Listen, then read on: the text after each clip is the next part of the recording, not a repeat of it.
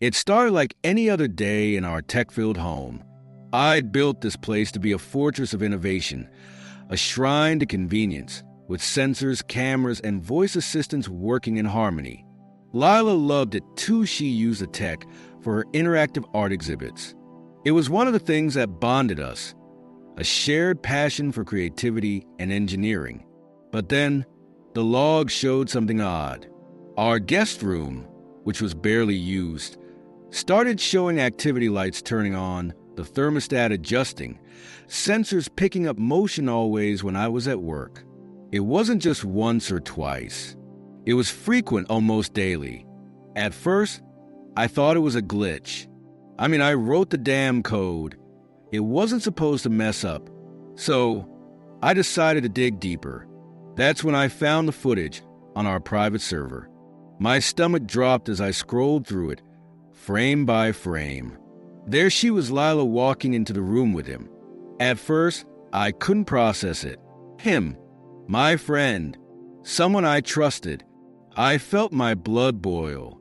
It wasn't just a betrayal of my wife. It was the audacity of it happening under my roof, in the house I designed, and with someone who had shared beers and laughter with me. The rage was almost blinding, but I didn't confront them, not yet. I wanted them to feel the discomfort first.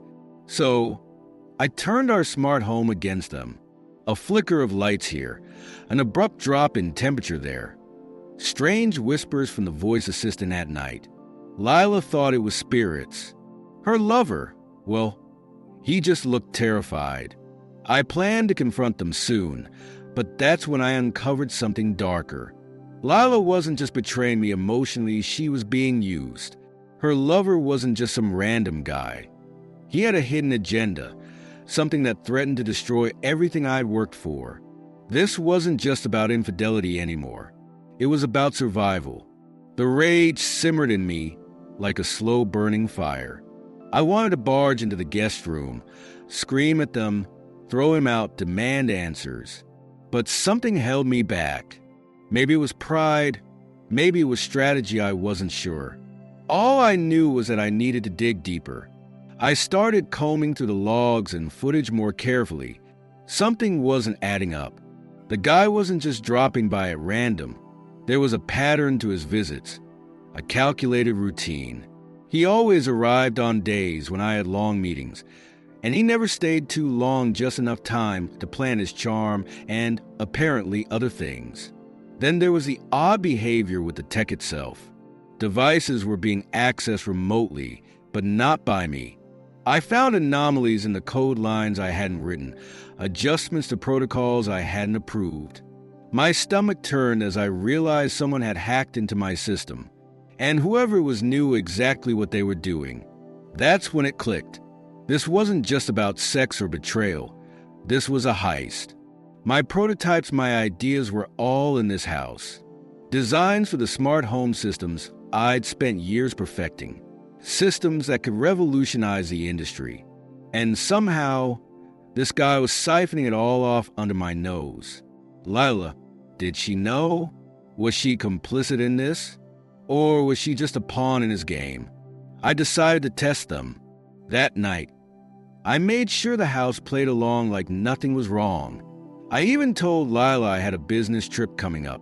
She barely looked up from her phone when I mentioned it, mumbling something about working late on her exhibit.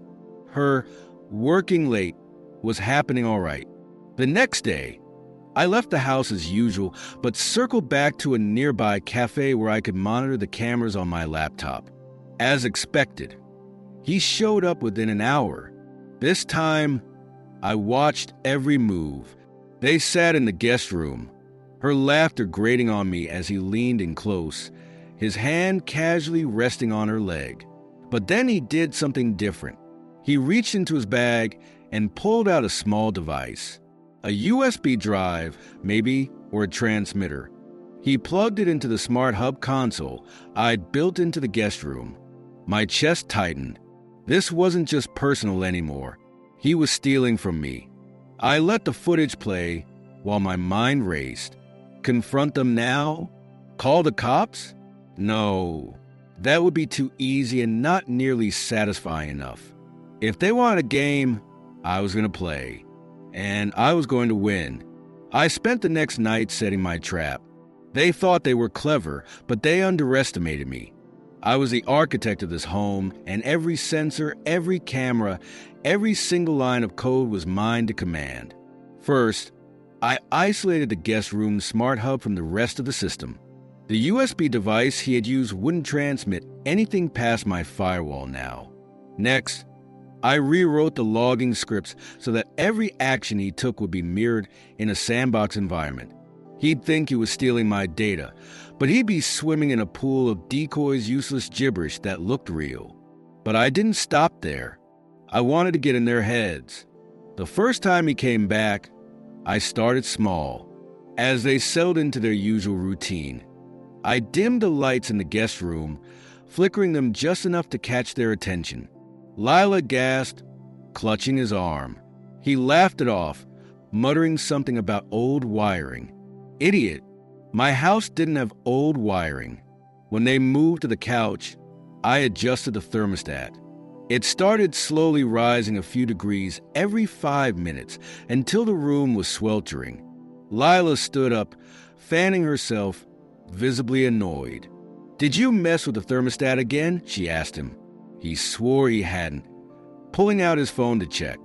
Too bad I'd locked out all remote access. Then came the sounds. Low, guttural whispers echoing from the speakers, indistinct enough to be unsettling but not identifiable. Lila froze, her face pale. She muttered something about the house being haunted. He dismissed her fears, telling her it was probably interference from a neighbor's signal. I could see it, though. He was uneasy too. By the time they left that night, I could feel the tension radiating from them. Good. They were on edge now, and that was exactly where I wanted them. But I wasn't finished. The next day, I left the house again, knowing they'd take the bait. Sure enough, he showed up right on schedule, his stupid car parked in my driveway like he owned the place. This time, I unleashed the full arsenal. The smart locks jammed, refusing to open when he tried to leave. The voice assistant screamed gibberish commands in bursts, punctuating the silence with bursts of nonsense. Lila was panicking, shouting at him to fix it. "David's system must be glitching," she said, pacing the room. But when I flashed my face on every screen in the house just for a split second, just enough for them to see and question their sanity, they both went silent. I turned everything off. Complete darkness. Just them, sitting in my house, unable to leave, with nothing but their guilt and my growing rage to keep them company. But the piece de resistance was still to come. As they stumbled out of the house, shaken and confused, I noticed he left something behind a notebook. I retrieved it later and flipped through the pages. Schematics. Notes about my system. Proof that this wasn't just personal, it was industrial espionage. Now I had everything I needed to confront them. But the more I uncovered, the more dangerous this became. The man wasn't just stealing ideas. He was tied to something bigger, something that put all of us, Lila included, in serious danger. The real question was, how far was I willing to go to protect what was mine? I spent the next day with that notebook, dissecting every page. It wasn't just scribbles and half-formed ideas. It was a full-blown plan to replicate my prototypes. Notes about their functionality, potential flaws, even improvements. The bastard wasn't just stealing. He was trying to one-up me. But it was the last few pages that made my blood run cold. They weren't just his notes, they were instructions. Someone else was pulling the strings. Someone with the resources to turn my work into a lucrative operation. And Lila, she wasn't mentioned anywhere. Not even a clue that she was aware of what this man was really after. To him, she was just a useful distraction. I couldn't sit on this any longer. My instincts screamed to confront her, to demand answers, but the logical part of my brain stopped me. I needed proof, solid proof, that she was either complicit or innocent, and if it was the former, I wasn't sure I could handle the fallout. So I took a risk. That night, I left the house but stayed close enough to monitor. As expected, he showed up, though this time something was different. He wasn't alone. Another man, sharply dressed and carrying a briefcase, joined him. This wasn't just some affair anymore. This was business. They weren't even bothering with the pretense of sneaking around. I hacked into the smart hub in the guest room and activated the microphones. It wasn't easy, and it took every ounce of concentration to avoid detection. But soon I had their voices coming through my laptop. "This is everything I've pulled so far," my so-called friend said, sliding a folder across the table. "The architecture's solid, but there are weak points in the encryption. We can exploit those to streamline production." "And the wife?" the other man asked. "She doesn't know anything." "She's just a bait," he said with a smirk. Bait. That word hit me like a punch to the gut. All the anger I'd been holding back boiled over. I clenched my fist so hard my knuckles turned white. He was using my wife to get to me, and she had no idea. The rest of their conversation was a blur of technical jargon and logistics, but I heard enough to confirm that this wasn't just some petty theft. They were planning to sell my designs to a competitor, someone with deep pockets and no ethics. If they succeeded, everything I'd built would be gone. My work, my reputation, my future would all be stolen. But I wasn't going to let that happen. I spent the rest of the night devising a plan. They thought they were in control, but they didn't know who they were dealing with. By the time I was done, I wasn't just going to stop them, I was going to destroy them. The question was, what to do about Lila? Did I confront her now, or wait until the dust settled? I wanted to believe she was innocent, that she'd been duped as much as I had. But the doubt lingered, gnawing at me. I stared at the laptop screen, at the live feed of them shaking hands in my guest room. It was time to take the fight to them. The next morning, I woke up with one goal: to dismantle their operation from the inside. This wasn't just about revenge anymore. It was about reclaiming control of my life, my work, and my home. First, I planted my countermeasures. The tech they thought they were stealing, it was now rigged. Every line of code, every schematic they'd access was embedded with fail-safes that would render their stolen designs useless. If they tried to replicate my work, their systems would collapse under the weight of their own ignorance. I made sure it would look like a subtle design flaw, a random failure they could never trace back to me. But I needed more than sabotage.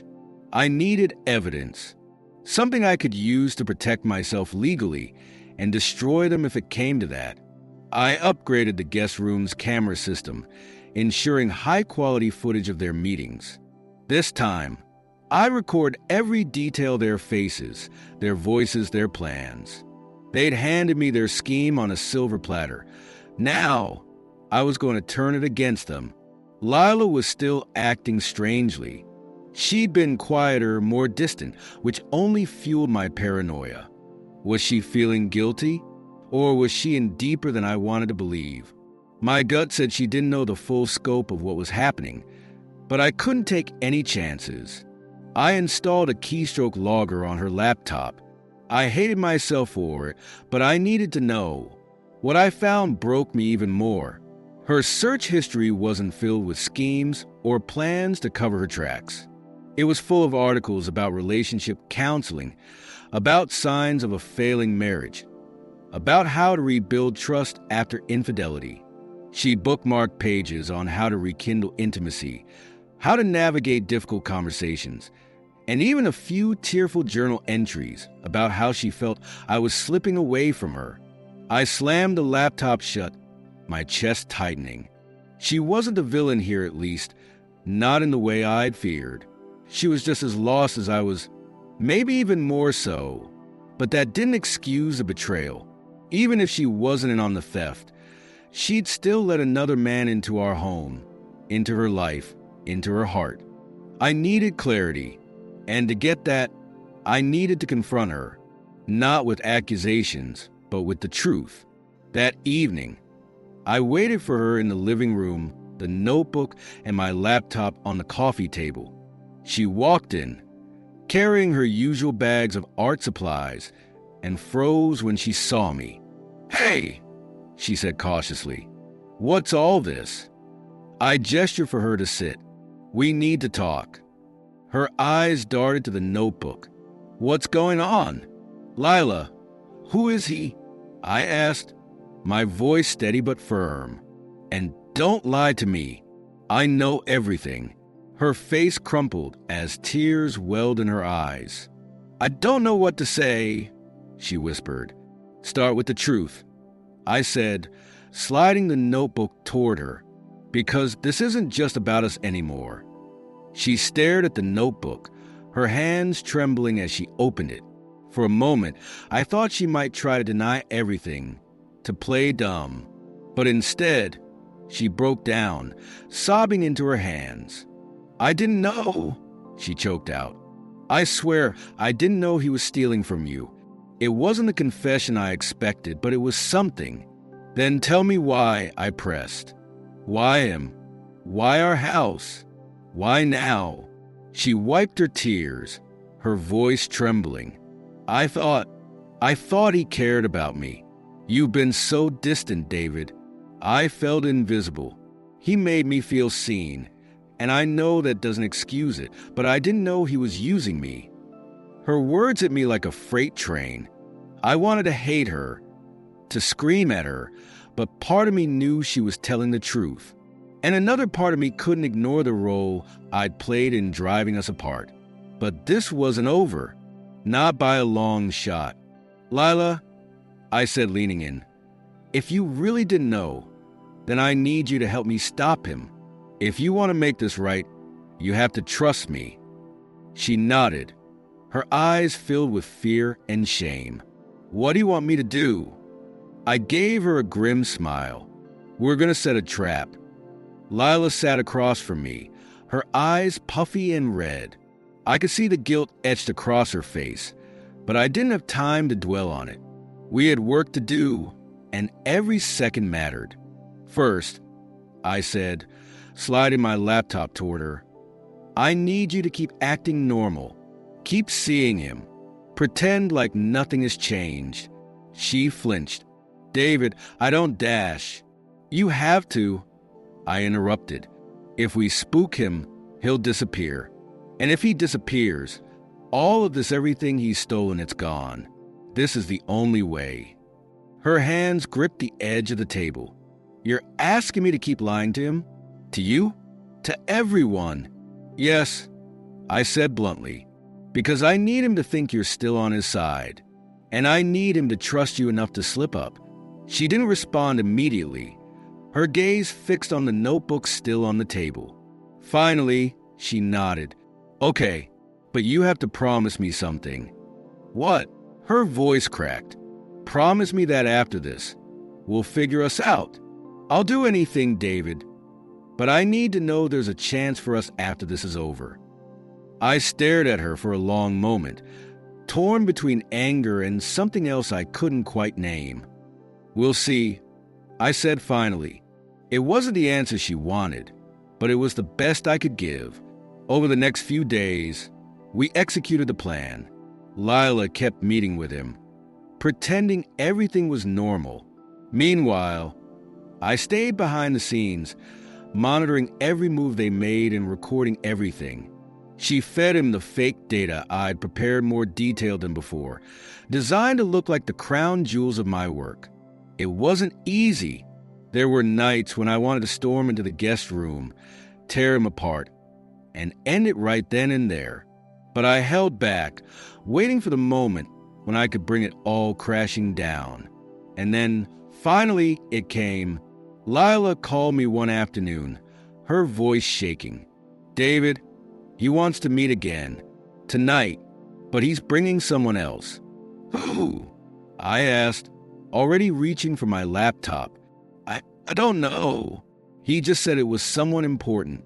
Someone who's going to seal the deal." My pulse quickened. This was at the final piece of the puzzle. If I could catch them in the act of making a deal, I'd have everything I needed to bury them. Okay? I said, here's what you're going to do. I walked her through the plan, step by step. She listened silently, her breathing shallow but steady. When I was done, there was a long pause. David, she said finally, what if this goes wrong? It won't, I said, though I wasn't sure if I was convincing her or myself. Just stick to the plan. That evening, I parked down the street, watching the house from my laptop. Lila let them in her lover and the sharply dressed man from before. They didn't waste time with pleasantries. Within minutes, they were talking about finalizing the sale of my designs. I waited until they were mid-discussion before I made my move. With a few keystrokes, I turned on the speakers in every room, broadcasting my voice loud and clear. Gentlemen, I said, my tone icy, I hope you're enjoying the show. The camera feed showed them freeze, their heads snapping toward the nearest speaker.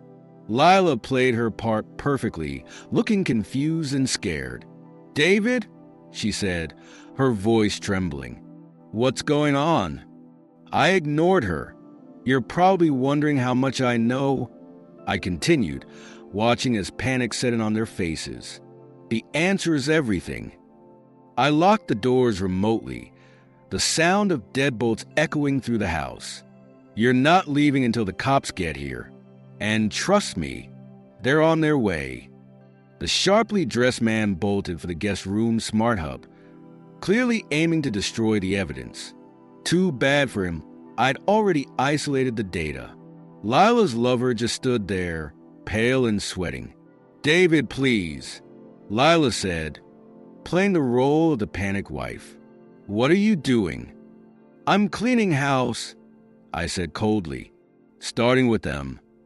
The sound of sirens in the distance was like music to my ears. I'd called the cops as soon as they'd entered, giving them everything they needed to make an arrest. Now all I had to do was wait. The men didn't even try to run. By the time the police arrived, they were practically begging for mercy. As they were hauled away, Lila stood in the doorway, trembling. David, she whispered, tears streaming down her face. What now? I didn't answer. I wasn't sure myself. But one thing was certain. I'd won this battle. The war, though, was far from over. The house felt eerily quiet after the police left. Lila sat on the couch, staring at her hands. Her face was pale, her makeup streaked with tears. I stood in the doorway, watching her, trying to process everything. She finally broke the silence. David, I didn't know. I swear I didn't. I crossed my arms, my anger simmering just below the surface. Maybe you didn't, but you brought him here, into our home, into my work. Her head snapped up. A terrible mistake.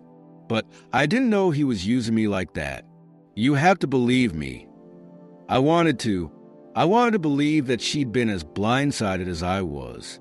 But the images of her with him, the way she laughed at his jokes, touched his arm, it all played on a loop in my mind, stoking the fire of my resentment. Why? I asked finally. Why him? She wiped her face with the back of her hand, her voice cracking. Because you weren't there. You were always working, always in your office or tinkering with something. I felt invisible. Invisible? I echoed, the bitterness sharp in my voice. So your solution was to sleep with someone else? No, she said, shaking her head. It wasn't like that. At first, it was just talking. I didn't mean for it to go that far. But it did. I shot back. And now everything we built, everything I built is at risk because you needed attention. She flinched, her shoulders slumping. I deserve that, she whispered. I deserve all of it. But please, David, don't throw us away. I didn't answer. I couldn't. Instead, I turned away and headed to my office, slamming the door behind me. Over the next few days, the fallout began. The police investigation confirmed what I already knew. The man she'd brought into our lives was part of a larger network targeting tech developers like me. They'd been stealing designs, selling them to the highest bidder, and leaving a trail of ruined careers in their wake. Thanks to the evidence I'd gathered, the authorities were able to take down not just him, but several others involved in the scheme. It should have felt like a victory, but all I felt was emptiness. Lila tried to bridge the growing chasm between us. She cooked dinners, left notes on my desk, and even suggested therapy. I ignored her efforts, burying myself in work instead. Every time I saw her, I was reminded of what she'd done, of the trust she'd shattered. Then one night, she knocked on my office door. "David," she said softly, "we can't go on like this. You're shutting me out." I looked up from my laptop, my expression cold. "What do you expect, Lila? You broke us." Tears welled in her eyes, but she didn't back down. "And I'm trying to fix it, but you have to meet me halfway." "Why should I?" I asked, my voice rising. "You didn't meet me halfway when you let him into our home. You didn't meet me halfway when you decided I wasn't enough." She flinched but held her ground. "Because I love you," she said, her voice trembling. "And I'm not giving up on us." Her words hit me harder than I expected. I wanted to believe her, to hold on to the idea that we could rebuild. But part of me wondered if it was already too late. I leaned back in my chair, running a hand through my hair. "You want to fix this? Then start by earning back my trust. And that's going to take time." She nodded, tears streaming down her face. "I'll do whatever it takes." We stood there, the silence between us heavy with unspoken pain. It wasn't a resolution, but it was a start. And for now, that would have to be enough. The weeks that followed were a slow crawl through the wreckage of our marriage. The house felt like a battlefield, every room a reminder of what had been lost, of what we were trying to salvage. Lila kept her promise, throwing herself into therapy and openly sharing her thoughts and fears with me. I wasn't ready to reciprocate fully, but I listened. That was something. The fallout from the investigation spread wider than I'd imagined. My work became a beacon for other developers who'd been targeted, some of whom reached out to thank me, while others shared horror stories of what they'd lost. It was bittersweet. I'd stopped the thieves, but the price had been my peace of mind and maybe my marriage. One night, as I was reviewing some new designs in my office, Lila knocked on the door. "Can I come in?" she asked softly. I hesitated before nodding. She stepped in, holding a folder. "I've been working on something," she said, setting it on my desk. "I want you to see it." I opened the folder, surprised to find sketches, blueprints, almost of an interactive art exhibit. It was one of her passions, but I hadn't seen her create anything like this in years. The designs incorporated elements of my smart home technology in ways I'd never considered, ways that were elegant and genuinely innovative. I trailed off, unsure of how to finish. She took a deep breath. "It's for us, for our future. I want to collaborate with you, David, not just as your wife, but as your partner." I stared at the sketches, torn between admiration and skepticism. Was this a genuine attempt to rebuild, or was it another distraction? "Why now?" I asked finally. "Because I don't want to lose you," she said. "And because I realized that I've been so focused on what I was missing that I forgot to appreciate what we have." Her words lingered in the air, heavy and raw. I closed the folder, meeting her gaze. "This is a start," I said, "but it's not going to fix everything." "I know," she said, her voice steady, "but I'm willing to try.